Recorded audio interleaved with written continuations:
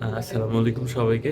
আমি এখন অবস্থান করছি রাজশাহীর বাংলা ট্র্যাক ক্রিকেট একাডেমিতে এবং আমি এইখানে যে থাকার জায়গাটা রয়েছে তার ৩ তলাতে আমি অবস্থান করছি। এটা এটা মূলত আসলে কমেন্টেটরসদের রুম। কমেন্টেটরসদের রুম আসলে কেমন হয় সেটাই আপনাদের আসলে দেখাতে চাই। আ আমি আপনাদের নিয়ে যাই চলেন। বাংলা ক্যাট টি-20 ক্রিকেট টুর্নামেন্ট সিজন 4 এর যে আয়োজনটা অনুষ্ঠিত হচ্ছে সেই আয়োজনটার কমেন্ট্রি আমরা এই রুমটাতে বসে আসলে করে থাকি। দারুণ একটা জায়গা। একদম শুরুতেই আপনারা মনিটর দেখতে পাচ্ছেন।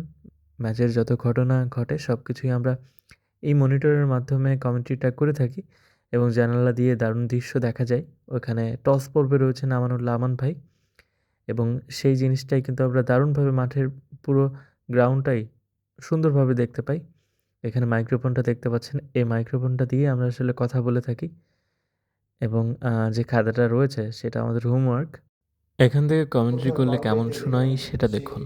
রাহি চমৎকার বোলিংটা করে গেছেন, আশা করে চলে যাচ্ছেন বোলিং মার্কি সৈয়দ শাকির। মতো অবশ্য অন সাইডে ঘুরিয়েছেন, ডিপারে প্রহরী আছে।